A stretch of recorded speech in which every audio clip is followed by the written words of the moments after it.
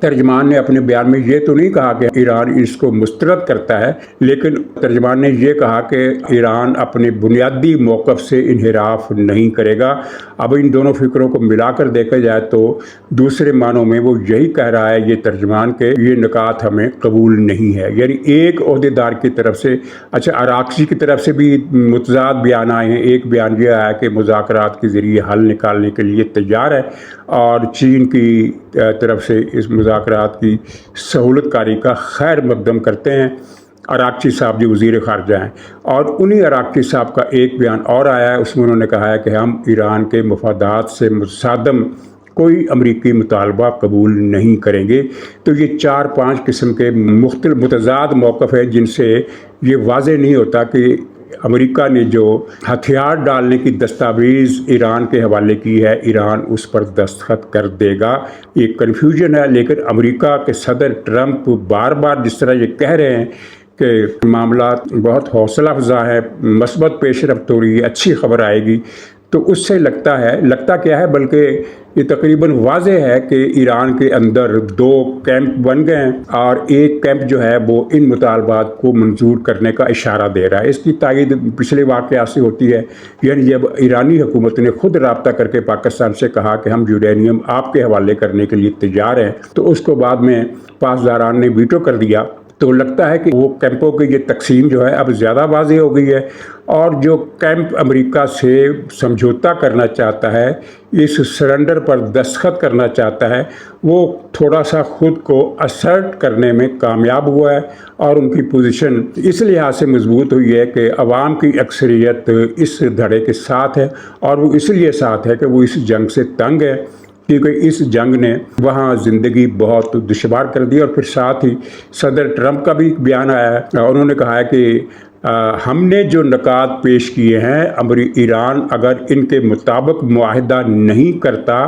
تو پہلے سے زیادہ بمباری ہوگی، اور پہلے سے زیادہ بمباری کے جو آثار ہیں وہ ہمیں نظر آ رہے ہیں۔ امریکہ کی فیلڈنگ پہلے سے زیادہ طاقتور ہے، اس میں اسرائیل کو بھی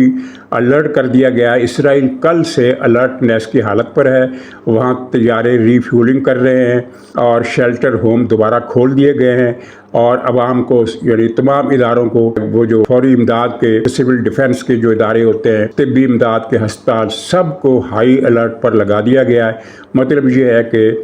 فیلڈنگ ان کی طرف سے مکمل ہے، اور ایران کی طرف سے ان 36 گھنٹوں میں اگر پازیٹیو رسپانس آتا ہے اور مذاکرات کا عمل شروع ہوتا ہے تو گویا کہ 1 مہینے کے لیے امن پکا، اور اس کے بعد پھر بات چلی جائے گی حتمی معاہدے تک۔ لیکن اگر یہ 36 گھنٹے میں ایران کی طرف سے پھر وہ استرداد کا یعنی ویٹو کا موقف آ گیا پاسداران کی طرف سے، تو پھر ایک بڑی جنگ منڈلا رہی ہے اور وہ سر پر ہے۔ اور خبریں یہ بھی ہیں کہ خود پاسداران کے اندر 2 دھڑے ہو گئے ہیں، یعنی پاسداران کے اندر بھی کچھ لوگ جو ہیں وہ اصلاح پسندوں کی ایرانی حکومت کے موقف کی حمایت کر رہے ہیں کہ اب اس ایشو سے، اس مصیبت سے جان چھڑانا چاہیے۔ اچھا، یہ صدر ٹرمپ کی یہ بات بالکل سچ ہے کہ ہم نے جتنا ایران پر دباؤ بمباری کے ذریعے ڈالا، اس سے زیادہ دباؤ ہم نے ہرمز کی ناکہ بندی کر کے ڈالا، اور ہمیں اس میں زیادہ کامیابی ملی، اور واقعتاً ایران کے اندر جتنی بھی تباہی ہو جائے، پاسداران کو اس کی کوئی پرواہ نہیں، ان کی بلا سے سارا ایران ہی ختم ہو جائے۔ لیکن یہ جو امریکہ نے ناکہ بندی کی ہے، اس کے بعد سے ایران کے حالات یہ ہے کہ محکموں میں ملازموں کو تنخواہ دینے کے لیے پیسے نہیں ہیں۔ تو یہ اب صورتحال ہے، ایک مرتبہ پھر یعنی امید پیدا ہوئی ہے کہ معاملہ امن سے حل ہو جائے گا، اور یہ بحران جس نے پوری دنیا کو مشکلات کا شکار کر دیا ہے وہ ٹل جائے گا، اور آہستہ آہستہ حالات بہتر ہو جائیں گے۔ لیکن اس کا سارا انحصار اس بات پر ہے کہ اب پاسداران کے پاس ویٹو پاور کتنی مؤثر رہ گئی ہے، کیا وہ ایک مرتبہ پھر ویٹو پاور استعمال کریں گے یا وہ حالات کو دیکھیں گے۔ لیکن یہ بات طے ہے کہ اگر یہ سرنڈر نامہ اس پر ایران نے دستخط کر دیے تو پاسداران کے اندر ایک خانہ جنگی چھڑ جائے گی، اور جو امریکہ کے ایک اور بڑے مقصد یعنی رجیم چینج کی طرف جانے کا رستہ ہموار کر دے گی۔ اچھا، اب ہم پاکستان، یہاں صاف ستھرا پنجاب کی ایک مہم پنجاب حکومت نے چلائی تھی، تو وہ مہم تو خیر بہت زیادہ ہی ناکام ہو گئی، اور جس کی وجہ سمجھ میں نہیں آئی پوری طرح کہ کیوں ناکام ہوئی۔ آپ کو یاد ہوگا کہ شاید 2-2.5 مہینے پہلے ایک خبر چھپی تھی پاکستان کے بڑے اخباروں میں کہ صفائی ستھرائی کے حساب سے سندھ پنجاب سے آگے نکل گیا۔ اچھا، یہ خبر جب میں نے پڑھی تو مجھے بڑی حیرت ہوئی۔ حیرت اس لیے ہوئی کہ سندھ میں تو صفائی ستھرائی کے کام پر کوئی توجہ ہی نہیں ہے، تو وہ پنجاب سے کیسے آگے نکل گیا؟ تو پتہ یہ چلا کہ سندھ اپنی جگہ پر قائم ہے، وہ وہی کھڑا ہے۔ صفائی ستھرائی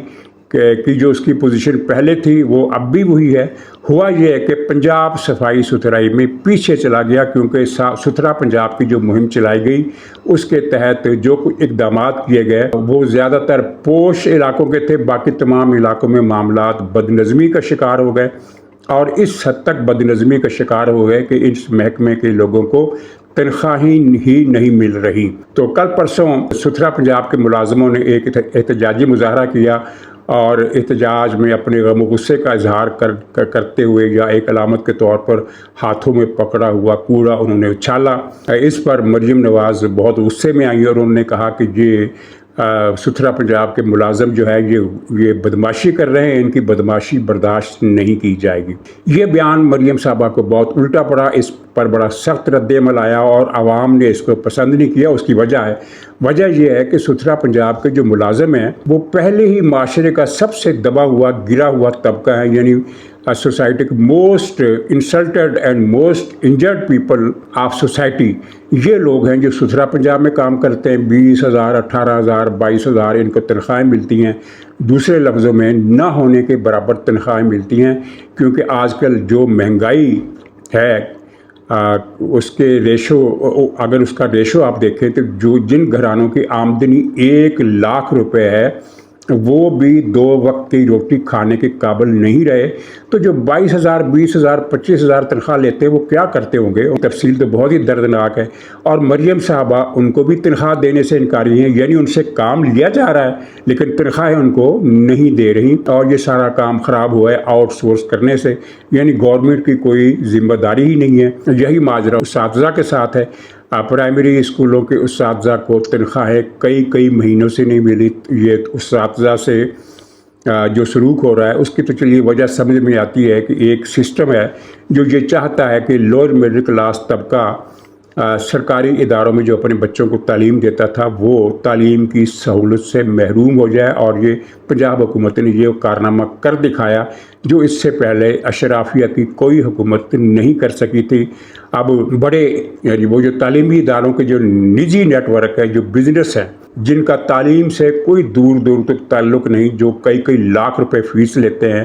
اب نتیجہ یہ نکلے گا کہ تعلیم پر ان کی اجارہ داری 100% قائم ہو جائے گی۔ کچھ رشتہ داریوں کا مسئلہ بھی ہے۔ مطلب یہ ہے کہ لوئر مڈل کلاس اور مڈل کلاس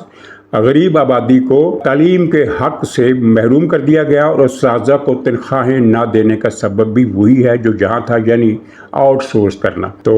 اب ستھرا پنجاب کے تحت ایک گوبر ٹیکس جو پنجاب نے لگا کر ایک شاہکار کارنامہ انجام دیا تھا، اس کی تفصیل الگ ہے، لیکن اس کی تفصیل کی طرف میں نہیں جاتا۔ وہ بھی اپنی جگہ ایک بڑا بے شرمانہ قسم کا ظلم ہے۔ اب اسی کی طرح یہ لاہور سے ابتدا کی گئی ہے۔ ابتدا یہ ہے کہ صفائی ستھرائی ٹیکس عوام دیں گے، پھر حکومت کی کیا ضرورت ہے، عوام خود ہی صفائی ستھرائی کر لیں گے۔ لیکن چلیے اس کو چھوڑیے، صفائی ستھرائی ٹیکس جو ہے وہ عوام کو ان کے بل آئے ہیں، اور بل کیا آئے ہیں؟ بل یہ آئے ہیں کہ پچھلے 4 مہینوں کا بل ان کو بھیج دیا گیا ہے، اور اس سے پہلے ان کو کوئی بل نہیں بھیجا گیا تھا۔ 4 مہینے کا بل بھیجا گیا، اور اس کے ساتھ ہی جرمانے کا بل بھی بھیج دیا گیا کہ چونکہ آپ نے پچھلے 4 مہینے سے یہ بل ادا نہیں کیا، لہٰذا اتنا جرمانہ آپ کو کیا جا رہا ہے، جبکہ اس سے پہلے کوئی بل عوام کو نہیں بھیجا گیا تھا۔ یہ وہ ظلم ہے جس کا کسی بھی دنیا کے ملک میں، انگولا، صومالیہ اور یوگنڈا جیسے، روانڈا، برونڈی جیسے ملکوں میں بھی تصور نہیں کیا جا سکتا جو کچھ پنجاب میں ہو رہا ہے۔ تو یہ ساری چیز جو ہے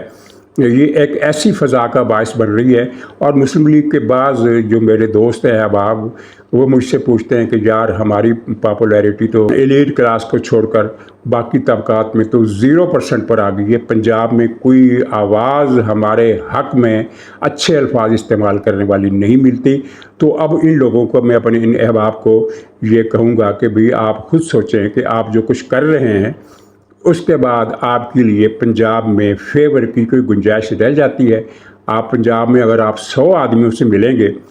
تو میرا نہیں خیال کہ ان میں سے ایک آدمی بھی پنجاب حکومت کے لیے خیر کا کلمہ کہنے پر آمادہ ہو، بلکہ وہ ایسی باتیں کرتے ہیں جن کا بیان بھی تہذیب کے خلاف ہے۔ اچھا، کراچی میں کیا ہوا؟ پاکستان میں پروٹوکول کلچر جو ہے وہ اب اس وقت عروج پر ہے۔ کیا پیپلز پارٹی، کیا پنجاب حکومت، کیا وفاقی حکومت ایسا شاہانہ پروٹوکول جو نہ تو کبھی زار روس نے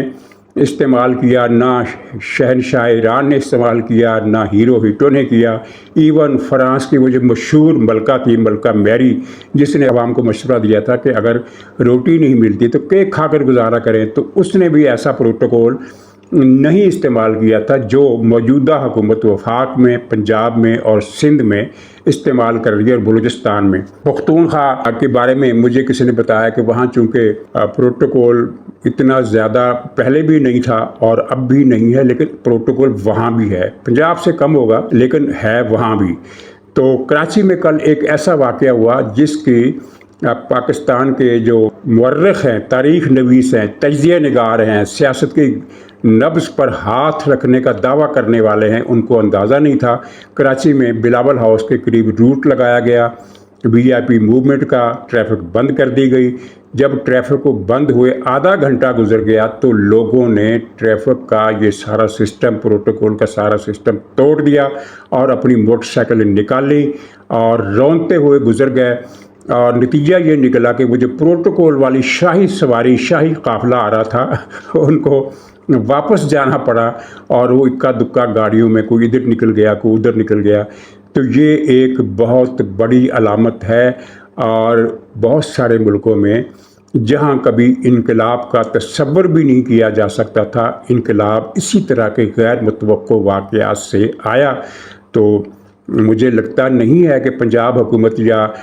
وفاقی حکومت اپنے پروٹوکول میں کوئی نرمی کریں گے، لیکن سندھ حکومت کی حد تک مجھے یہ یقین، تقریباً یقین ہے کہ ان کو اس سے وارننگ ملی ہے، اور وہ اپنے پروٹوکول قافلوں میں کچھ رد و بدل کریں گے، تاکہ ایک تو قافلے میں گاڑیوں کی تعداد کم ہو، اور دوسرا یہ کہ ٹائمنگ بھی زیادہ نہ لگائی جائے، یعنی سڑک ایک ایک گھنٹے کے لیے بند ہو جاتی ہے کہ بادشاہ سلامت آ رہے ہیں، ملکہ معظمہ آ رہی ہیں، اتنے لمبے ٹائم کے لیے اب سڑکیں بند کریں گی تو لوگ گالیاں تو دیتے ہیں، لیکن اب پتہ چل رہا ہے کہ لوگ گالیاں نہیں دیں گے، لوگ اب یہ سسٹم کو توڑ ڈالیں گے۔ اور یہ پنجاب کے لیے زیادہ بڑی وارننگ ہے، کیونکہ پنجاب میں اس وقت بادشاہی نظام جو ہے وہ اپنے عروج پر ہے، سندھ تو بہت پیچھے ہے پنجاب میں جو کچھ ہو رہا ہے۔ ناظرین اجازت دیجیے، انشاءاللہ اگلے ولاگ میں ملاقات کریں گے، تب تک کے لیے خدا حافظ۔